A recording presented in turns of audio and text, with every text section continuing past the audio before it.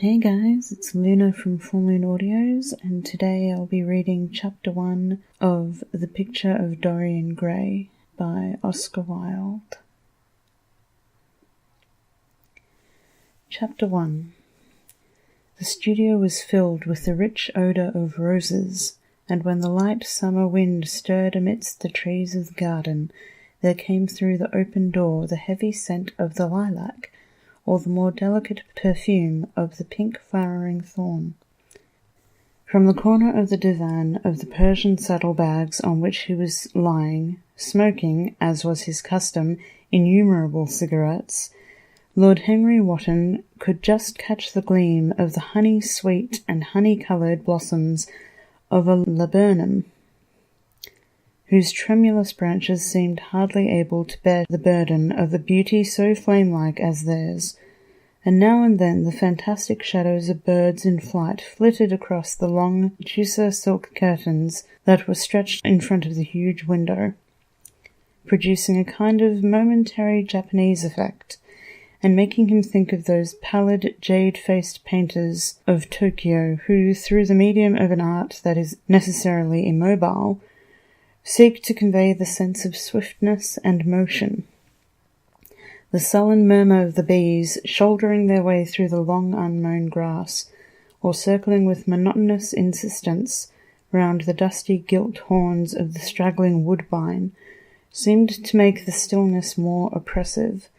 The dim roar of London was like the bourdon note of a distant organ.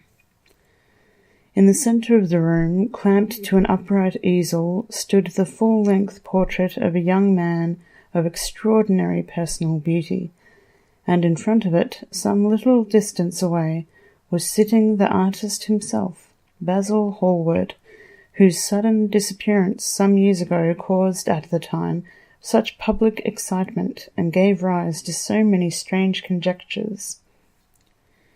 As the painter looked at the gracious and comely form he had so skilfully mirrored in his art, a smile of pleasure passed across his face, and seemed about to linger there. But he suddenly started up, and, closing his eyes, placed his fingers upon the lids, as though he sought to imprison within his brain some curious dream from which he feared he might wake. "It is your best work, Basil, the best thing you have ever done," said Lord Henry languidly.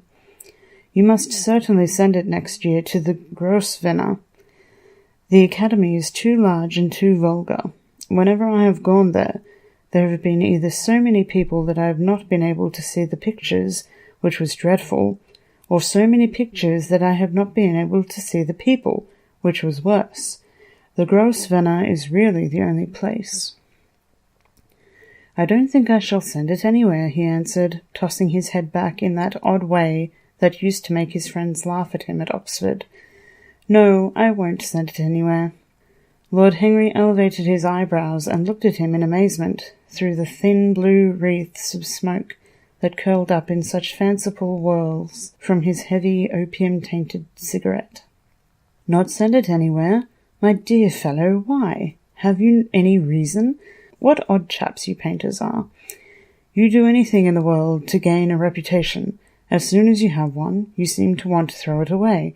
It is silly of you, for there is only one thing in the world worse than being talked about, and that is not being talked about. A portrait like this would set you far above all the young men in England, and make the old men quite jealous, if old men are ever capable of any emotion." "I know you will laugh at me," he replied, "but I really can't exhibit it. I have put too much of myself into it." Lord Henry stretched himself out on the divan and laughed. "Yes, I knew you would, but it is quite true all the same. Too much of yourself in it. Upon my word, Basil, I didn't know you were so vain, and I really can't see any resemblance between you, with your rugged strong face, and your coal-black hair, and this young Adonis, who looks as if he was made out of ivory and rose leaves. Why, my dear Basil, he is Narcissus. And you, well, of course you have an intellectual expression and all that, but beauty, real beauty, ends where an intellectual expression begins. Intellect is in itself a mode of exaggeration, and destroys the harmony of any face. The moment one sits down to think, one becomes all nose or all forehead, or something horrid. Look at the successful men in any of the learned professions. How perfectly hideous they are, except, of course, in the church. But then in the church they don't think. A bishop keeps on saying at the age of 80 what he was told to say when he was a boy of 18, and as a natural consequence he always looks absolutely delightful. Your mysterious young friend, whose name you have never told me, but whose picture really fascinates me, never thinks. I feel quite sure of that. He is some brainless, beautiful creature who should be always here in winter when we have no flowers to look at, and always here in summer when we want something to chill our intelligence. Don't flatter yourself, Basil. You're not in the least like him. You don't understand me, Harry, answered the artist. Of course I am not like him. I know that perfectly well. Indeed, I should be sorry to look like him. You shrug your shoulders. I am telling you the truth. There is a fatality about all physical and intellectual distinction, the sort of fatality that seems to dog through history the faltering steps of kings. It is better not to be different from one's fellows. The ugly and the stupid have the best of it in this world. They can sit at their ease and gape at the play. If they know nothing of victory, they are at least spared the knowledge of defeat. They live as we all should live, undisturbed, indifferent, and without disquiet. They neither bring ruin upon others, nor ever receive it from alien hands. Your rank and wealth, Harry, my brains, such as they are, my art, whatever it may be worth, Dorian Gray's good looks. We shall all suffer for what the gods have given us, suffer terribly. Dorian Gray? Is that his name? Asked Lord Henry, walking across the studio towards Basil Hallward. Yes, that is his name. I didn't intend to tell it to you. But why not? Oh, I can't explain.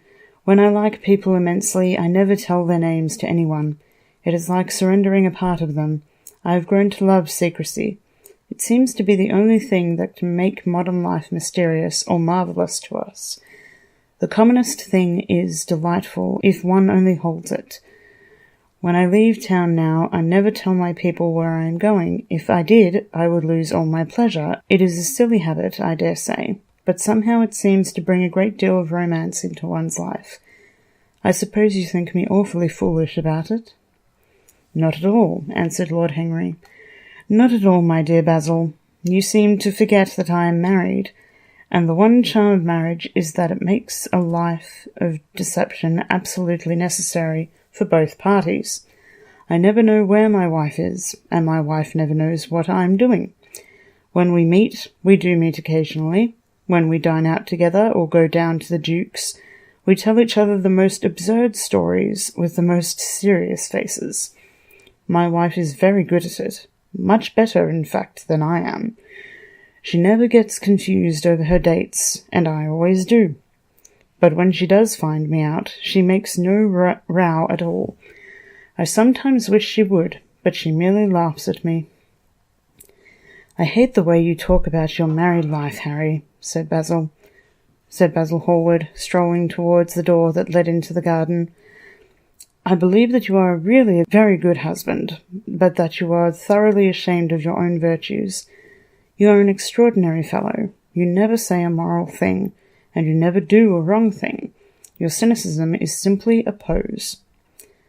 Being natural is simply a pose, and the most irritating pose I know, cried Lord Henry, laughing. And the two young men went out into the garden together, and ensconced themselves on a long bamboo seat that stood in the shade of a tall laurel bush. The sunlight slipped over the polished leaves. In the grass, white daisies were tremulous. After a pause, Lord Henry pulled out his watch. I am afraid I must be going, Basil, he murmured, and before I go, I insist on your answering a question I put to you some time ago. What is that? Said the painter, keeping his eyes fixed on the ground. You know quite well. I do not, Harry. Well, I will tell you what it is.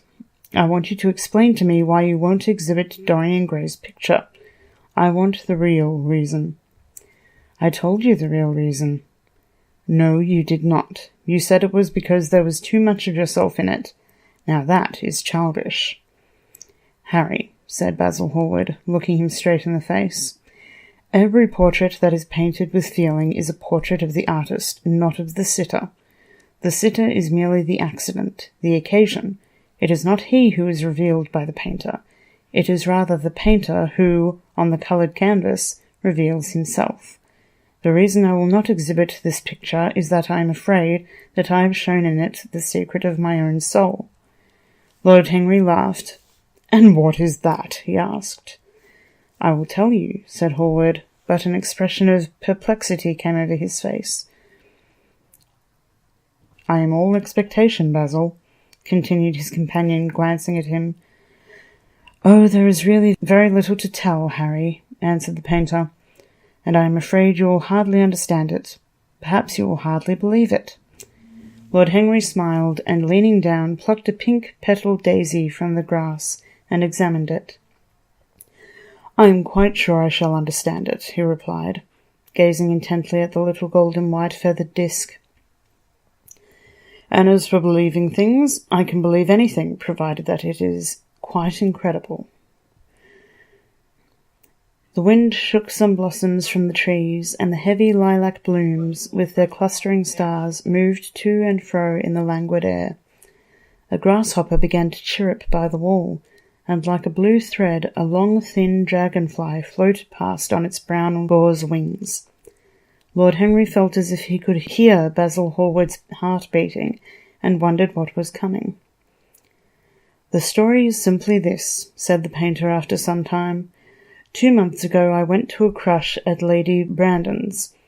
You know we poor artists have to show ourselves in society from time to time, just to remind the public that we are not savages. With an evening coat and a white tie, as you told me once, anybody, even a stockbroker, can gain a reputation for being civilized. Well, after I had been in the room about 10 minutes, talking to huge overdressed dowagers and tedious academicians, I suddenly became conscious that someone was looking at me. I turned halfway round and saw Dorian Gray for the first time. When our eyes met, I felt that I was growing pale. A curious sensation of terror came over me. I knew that I had come face to face with someone whose mere personality was so fascinating that if I allowed it to do so, it would absorb my whole nature, my whole soul, my very art itself. I did not want any external influence in my life. You know yourself, Harry, how independent I am by nature. I have always been my own master, had at least always been so, till I met Dorian Gray. Then, but I don't know how to explain it to you. Something seemed to tell me that I was on the verge of a terrible crisis in my life. I had a strange feeling that fate had in store for me exquisite joys and exquisite sorrows. I grew afraid and turned to quit the room. It was not conscience that made me do so. It was a sort of cowardice. I take no credit to myself for trying to escape. Conscience and cowardice are really the same things, Basil. Conscience is the trade name of the firm, that is all. I don't believe that, Harry, and I don't believe you do either. However, whatever was my motive, and it may have been pride, for I used to be very proud, I certainly struggled to the door. There, of course, I stumbled against Lady Brandon. "You're not going to run away so soon, Mr. Hallward," she screamed out. You know her curiously shrill voice? "Yes, she is a peacock in everything but beauty," said Lord Henry, pulling the daisy to bits with his long, nervous fingers. "I could not get rid of her. She brought me up to royalties and people with stars and garters and elderly ladies with gigantic tiaras and parrot noses. She spoke of me as her dearest friend. I had only met her once before. But she took it into her head to lionize me. I believe some picture of mine had made a great success at the time, at least had been chattered about in the penny newspapers, which is the 19th century standard of immortality. Suddenly I found myself face to face with the young man whose personality had so strangely stirred me. We were quite close, almost touching. Our eyes met again, It was reckless of me, but I asked Lady Brandon to introduce me to him. Perhaps it was not so reckless after all. It was simply inevitable. We would have spoken to each other without any introduction. I am sure of that. Dorian told me so afterwards. He, too, felt that we were destined to know each other. "And how did Lady Brandon describe this wonderful young man?" asked his companion. "I know she goes in for giving a rapid precis of all her guests. I remember her bringing me up to a truculent and red-faced old gentleman, covered all over with orders and ribbons, and hissing into my ear, in a tragic whisper which must have been perfectly audible to everybody in the room, the most astounding details. I simply fled. I like to find out people for myself, but Lady Brandon treats her guests exactly as an auctioneer treats his goods. She either explains them entirely away, or tells one everything about them except what one wants to know." "Poor Lady Brandon! You are hard on her, Harry," said Hallward listlessly. "My dear fellow, she tried to found a salon and only succeeded in opening a restaurant. How could I admire her? But tell me, what did she say about Mr. Dorian Gray?" "Oh, something like, 'Charming boy. Poor dear mother and I absolutely inseparable. Quite forget what he does. Afraid he doesn't do anything. Oh, yes, plays the piano. Or is it the violin, dear Mr. Gray?' Neither of us could help laughing, and we became friends at once." "Laughter is not at all a bad beginning for a friendship, and it is far the best ending for one," said the young lord, plucking another daisy. Hallward shook his head. "You don't understand what friendship is, Harry," he murmured, "or what enmity is, for that matter. You like everyone, that is to say, you are indifferent to everyone." "How horribly unjust of you!" cried Lord Harry, tilting his hat back and looking up at the little clouds that, like ravelled skeins of glossy white silk, were drifting across the hollowed turquoise of the summer sky.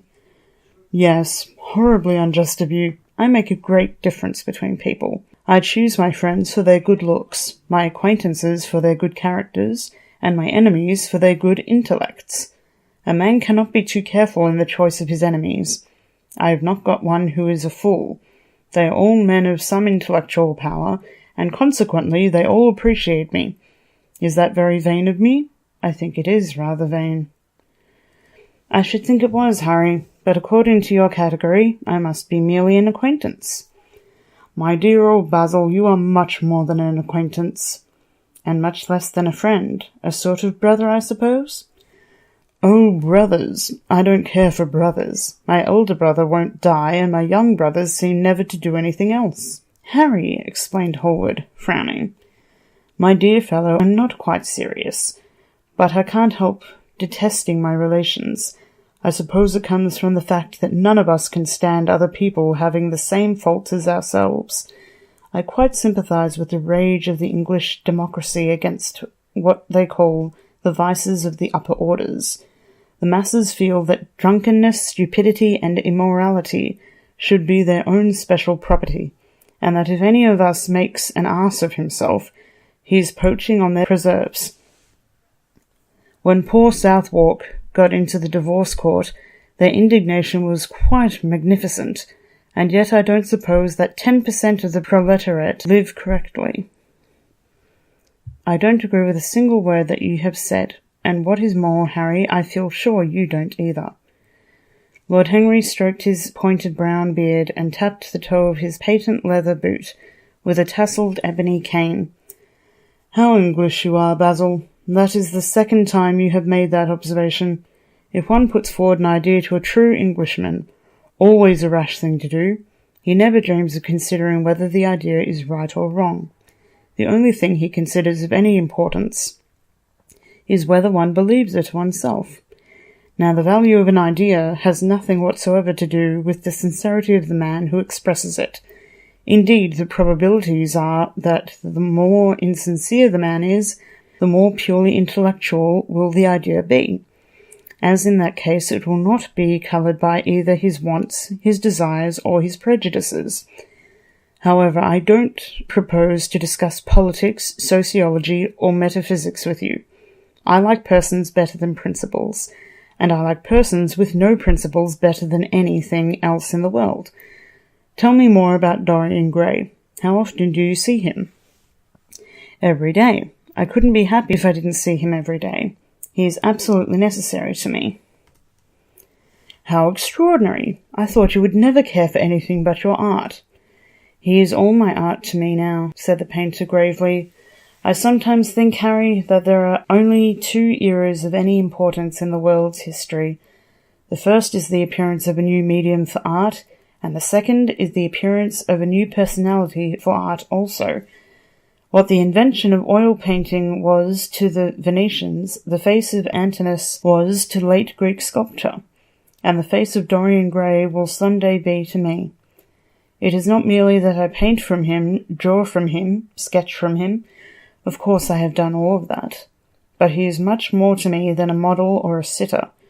I won't tell you that I am dissatisfied with what I have done of him, or that his beauty is such that art cannot express it. There is nothing that art cannot express, and I know that the work I have done since I met Dorian Gray is good work, is the best work of my life. But in some curious way, I wonder, will you understand me? His personality has suggested to me an entirely new manner in art, an entirely new mode of style. I see things differently. I think of them differently. I can now recreate life in a way that was hidden from me before. A dream of form in days of thought. Who is it who says that? I forget. But it is what Dorian Gray has been to me. The merely visible presence of this lad, for he seems to me little more than a lad, though he is really over 20. His merely visible presence. I wonder, can you realize all that means? Unconsciously he defines for me the lines of a fresh school, a school that is to have in it all the passion of the romantic spirit, all the perfection of the spirit that is Greek, the harmony of soul and body. How much that is! We in our madness have separated the two and have invented a realism that is vulgar, an ideality that is void. Harry, if you only knew what Dorian Gray is to me! You remember that landscape of mine, for which Agnew offered me such a huge price, but which I would not part with? It is one of the best things I have ever done. And why is it so? Because while I was painting it, Dorian Gray sat beside me. Some subtle influence passed from him to me, and for the first time in my life I saw in the plain woodland the wonder I had always looked for and always missed. Basil, this is extraordinary. I must see Dorian Gray. Hallward got up from the seat and walked up and down the garden. After some time he came back. Harry, he said, Dorian Gray is to me simply a motive in art. You might see nothing in him. I see everything in him. He is never more present in my work than when no image of him is there. He is a suggestion, as I have said, of a new manner. I find him in the curves of certain lines, in the loveliness and subtleties of certain colours. That is all. Then why won't you exhibit his portrait? Asked Lord Henry. Because without intending it, I have put into it some expression of all this curious artistic idolatry, of which, of course, I have never cared to speak to him. He knows nothing about it. He shall never know anything about it, but the world might guess it, and I will not bare my soul to their shallow prying eyes. My heart shall never be put under their microscope. There is too much of myself in the thing, Harry. Too much of myself. Poets are not so scrupulous as you are. They know how useful passion is for publication. Nowadays a broken heart will run to many editions. I hate them for it, cried Hallward. An artist should create beautiful things, but should put nothing of his own life into them. We live in an age when men treat art as if it were meant to be a form of autobiography. We have lost the abstract sense of beauty. Some day I shall show the world what it is, and for that reason the world shall never see my portrait of Dorian Gray. I think you are wrong, Basil, but I won't argue with you. It is only the intellectually lost who ever argue. Tell me, is Dorian Gray very fond of you? The painter considered for a few moments. "He likes me," he answered after a pause. "I know he likes me. Of course I flatter him dreadfully. I find a strange pleasure in saying things to him that I know I shall be sorry for having said. As a rule, he is charming to me, and we sit in the studio and talk of 1,000 things. Now and then, however, he is horribly thoughtless, and seems to take a real delight in giving me pain. Then I feel, Harry, that I have given away my whole soul to someone who treats it as if I were a flower to put in his coat, a bit of decoration to charm his vanity, an ornament for a summer's day." "Days in summer, Basil, are apt to linger," murmured Lord Henry. "Perhaps you will tire sooner than he will. It is a sad thing to think of, but there is no doubt that genius lasts longer than beauty. That accounts for the fact that we all take such pains to over-educate ourselves. In the wild struggle for existence, we want to have something that endures, and so we fill our minds with rubbish and facts, in the silly hope of keeping our place. The thoroughly well-informed man, that is the modern ideal. And the mind of the thoroughly well-informed man is a dreadful thing. It is like a bric-a-brac shop. All monsters and dust, with everything priced above its proper value. I think you will tire first, all the same. Some day you will look at your friend, and he will seem to you to be a little out of drawing, or you won't like his tone of colour, or something. You will bitterly reproach him in your own heart, and seriously think that he has behaved very badly to you. The next time he calls, you will be perfectly cold and indifferent. It will be a great pity, for it will alter you. What you have told me is quite a romance of art, one might call it. And the worst of having a romance of any kind is that it leaves one so unromantic." "Harry, don't talk like that. As long as I live, the personality of Dorian Gray will dominate me. You can't feel what I feel. You change too often." "Ah, my dear Basil, that is exactly why I can feel it. Those who are faithful know only the trivial side of love. It is the faithless who know love's tragedies." And Lord Henry struck a light on a dainty silver case and began to smoke a cigarette with a self-conscious and satisfied air, as if he had summed up the world in a phrase. There was a rustle of chirruping sparrows in the green lacquer leaves of the ivy, and the blue cloud shadows chased themselves across the grass like swallows.